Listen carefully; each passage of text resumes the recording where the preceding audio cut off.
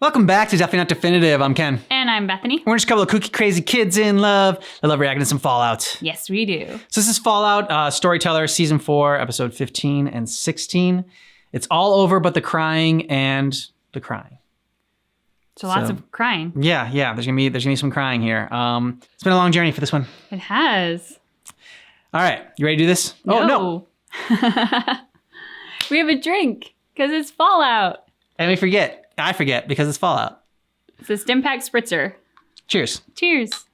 Well, in case you ain't heard, things have gone from bad to totally screwed.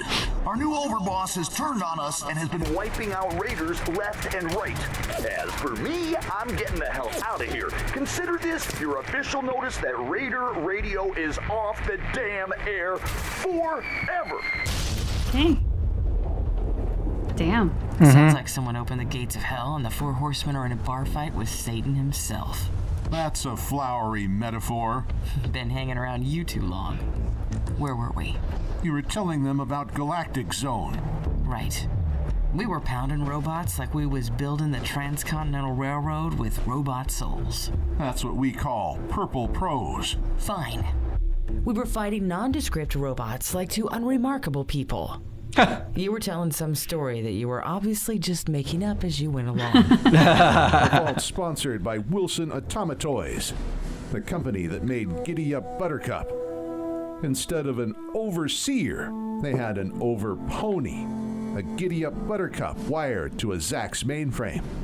Alas, the pony wasn't designed for such, and it had exceeded its maximum safe CPU temperature. Fortunately, I know how to upgrade the cooling system by 20%, and the Overpony made me an honorary member of the herd. Henceforth, I was known as Princess Sparkle Pants. They called me Sir Shining Armor. Pretty sure you said Princess Sparkle Pants. But the important thing is what you said when we were on our way back through the junkyard. When we get back to the Red Rocket, I'll show you a little trick I picked up in the Commonwealth not long after I arrived there. How about I just tell them the story right now, instead of you telling them about how I told it to you? I was trying to class up this dog and pony show with a little narrative complexity. But I suppose the point of the story is that we can get along. Indeed, Helen. I was telling her that I acquired some new skills since our last run-in with the cyborg. Upon arriving in the Commonwealth, hot on the heels of Cyborg V13, I heard rumors about a fearsome villain. A terror ripped straight from the old Saturday morning holovids. A beast who confounded the likes of the Silver Shroud, Grognak the Barbarian, and the rest of the Unstoppables team. That metallic maniac, the Mechanist. My robot robbers will plunder the entire city. He's getting away without the gold in the Commonwealth Bank. Unstoppable. It's Arnold Schwarzenegger, nice. Stopping time. Get on with it, please. The Mechanist from the comic books was fictional, but the character inspired people in the real world. When robotics expert Scott Walensky of the Capital Wasteland saw his robot friend murdered by giant ants, he walked the path to vengeance wearing the metal boots of the Mechanist. You'll never get away with terrorizing this town. Not while it's under the protection of the Mechanist. A young comic book fan named Derek had planted the idea in our would-be hero's head. Alas, the boy failed to learn anything from the tragic cycle of escalating violence that ensued. Some problems only get worse when you address them with a childlike sense of right and wrong. But sometimes you should just kill the bad people as soon as you see them. Derek survived the superhuman showdown and even started drawing his own adventures for the Mechanist. Many years later, these came into the possession of another misguided do-gooder up in the Commonwealth. Vowing that no other innocent person should fall victim to lawless raiders, she mastered the science of robotics and donned the mantle of the Mechanist. And then she taught you how to make these robot workbenches. Actually, someone else taught me that. A trader named Jackson, who liked to customize his robot associates. He ran afoul of some robots created by the new Mechanist.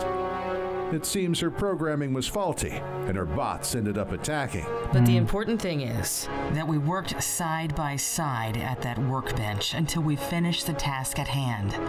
And if an NCR Ranger And a devilishly charming brother of steel can work together inside this tiny little garage. without killing each other, then there's no reason why you two can't get along. No insults, no biting, no laser beams. So I'm gonna activate your speech modules and your motivators now. And we expect you to be nice. Nice. Hello, I am Dog Augmented Intelligence System Daisy. Cyberdog Model Z. You may call me Daisy. Oh, it's real dog now. Good girl, Daisy. Daddy's proud, Edna. You two Oh, have been out of commission for a while, so I'll get you up to sweet. speed. The cyborg is somewhere here in Nuka World, trying to gain access to the zoo's cloning machine. We know where he's going, and we're going to ambush him. She says our combat effectiveness was insufficient last time we fought him. I was a bad dog. No, you weren't, sweetie. You got hacked by a bad man, and that's why your new body doesn't have any wireless transceivers. And I had some spare parts left over after upgrading you two. Nuka World had a new exhibit in the works when the bombs fell. And I used some of those parts to build Cannon fodder. We'll get them online once you're... someone in a Vault Tech suit heading towards the zoo. Daisy, wait for us to get the robots online. Sometimes you should just kill the bad people as soon as you see them. Daisy, damn it! Activate the other box. Takes after you. On it. Stay close. Get away from her, you...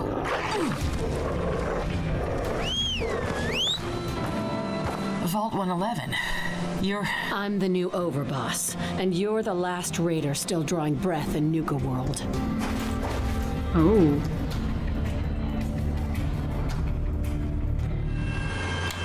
Okay. So what do you think about the upgrades for Daisy and I love that Daisy's Edna. a dog now. yeah. And Edna's a tank. Yes. She is Fitting. She is built up. Yeah, she's beefy. Yeah, very much so. And she's got like a little face shield over her eye that, yeah. They did good. Approved. Greetings, Unstoppables fans. It's Unstopping time. Join me, the Silver Shroud, It's time for your favorite show, sweetie. and the rest of the Unstoppables team for another exciting adventure. Today's episode, Return of the Abominable Five. But first, a few words from our friends Nuka-Cola. at Nuka-Cola. What if there was a place with all the zip of Nuka-Cola? Wouldn't that be the cheeriest place in all the world? Where the river's made of quantum and the mountaintops are... Vault 111? You're that woman who's been looking all over the Commonwealth for your kid. Never should have let Piper write that stupid article. Now every raider psycho in the wasteland knows my business. I'm not a raider. Helen Tanner, New California Republic Rangers. California? Didn't that fall off into the ocean or something? She's not the cyborg. You don't say. Brotherhood of Steel. Thought you said you were with the California Commandos or something. I'm not really with him. He's more like a drunken uncle that follows me around and doesn't know when to shut up. And you're like some lady I woke up next to in a Vegas hotel room and don't know how to get rid of. When my team found you, you were wandering around the desert yapping at anyone in earshot. If it weren't for me, you'd be sitting on a cactus stump outside of Novak, arguing with No Bark Noonan about where Wanamigos come from. Before the war, we had something called marriage counseling. I'm guessing you don't have that in the future. We're not. The future. You're that woman from Vault 111. Just got out of cryo-freeze from the back when times. Yeah. I'm the cave woman from the primitive 21st century. Love what you've done with the planet while I was asleep. Now, why are you, Dorothy, and Toto trying to kill me? We're chasing something more dangerous than all the raiders in Nuka World. Me? I'd love to stop and hear your story, ma'am, but we're on our way to... I'm the overboss here, pal. You don't go anywhere in my park unless I say you do. Well, hello, handsome. Did your dog just talk? Talking cyber dogs used to be quite common in... We're trying to keep an insane cybernetic monster from getting into the cloning labs under Safari Adventure. We thought you were him. Now, holster that freeze ray and get out of our way before we have a theme park full of homicidal clones who are all just as tough as you think you are, lady. That cloning lab? I shut it down last night. You got through the security door? Yeah. I used an old holotape to trick the voice identification. Killed all those Gator Claw clones, too. You can, totally head back to California now. Did you reseal the door to the cloning facility on your way out? Well, I killed all the raiders and monsters in the park. Didn't think I'd need to lock the door. Why? What's the big deal about this thing you're chasing? And finally, to see a valley filled with my enemies' heads mounted on spears. A silent valley, except for the wind whistling through their ears. What's on the menu? Gator claws? No. Let's try something more lethal. Downright better looking, too.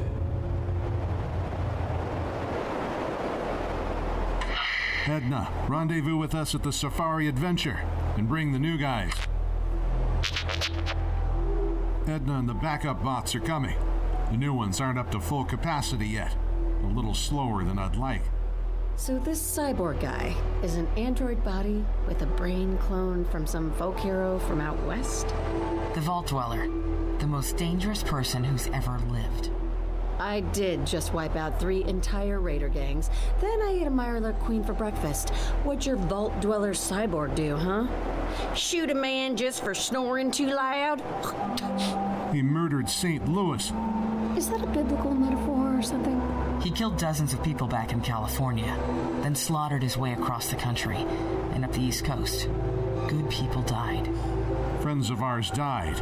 Some could be rebuilt, others... I see. If he's in that cloning lab, we could split up. I found a back entrance that leads in from the Safari, or we could rush the main entrance if we have the firepower. Tell me about these robots of yours. This is Edna. She's got plenty of firepower. The other 2 were prototypes for a new attraction that Nuka World had in development before the war. Many blacks. Allow me to introduce the Unstoppabots. He's a Conan. Unstoppable fans, it's unstopping time. I am the... Loading. Please wait. Silver Shroud. Und I'm Gagnak, the Personality Matrix Crab. Please contact Rabco support and have your warranty information. Okay. And done. Error. Q line not found. Initializing improvisation mode. Hello, children. What are your names? I am called Good Dog. We'll have them at 100% efficiency and... Hello, Good Dog. And Rolf. I know a thing or two about robots, and I think I speak this thing's language. We could use a little help. Where's your big freeze ray? Aha! Greetings, fellow crime fighter. We meet again. Egad, it's loading. Please wait. Run personality Robco _pi _matrix _boot.rdc. Running. Egad! It's my alternate universe counterpart from the parallel universe of Earth 122, where the Silver Shroud is a woman. I have not seen you since issue 56. Meet the Unstoppa Girls. Excelsior! It's an honor to fight by your side again, old chum. Is he going to talk like that through the whole mission? Indeed, my stalwart friend. Justice has its own regional dialect. And loyalty has a wet snout. We'll have 2 teams. We'll enter through the front. The Shrouds will take the back. A friend of mine calls that the pincer attack. Hold your fire until we're in position. What if he already made a clone? If he has a friend in there that can cover both entrances. Evil is ever myopic. He will never see the retribution lurking behind him. My experience with clones is that they don't turn out as expected. I did not like Gary. Or the other Garys. Gary? Acquaintance of ours from down south. But that is a... Let's get moving. Always cut him off. I don't even know this guy's name yet. My name is... Princess Twinkle Panties. Let's get in there now, or we'll end up fighting 3 or 4 copies of this guy. Have I ever told you about a book called Frankenstein? Very old story and a bit long, but the point is, perfection doesn't happen on the first try. Or the 100th time. Well, boys, how about we adjust the ratio of snails to puppy dog tails and give it another go? Jeez.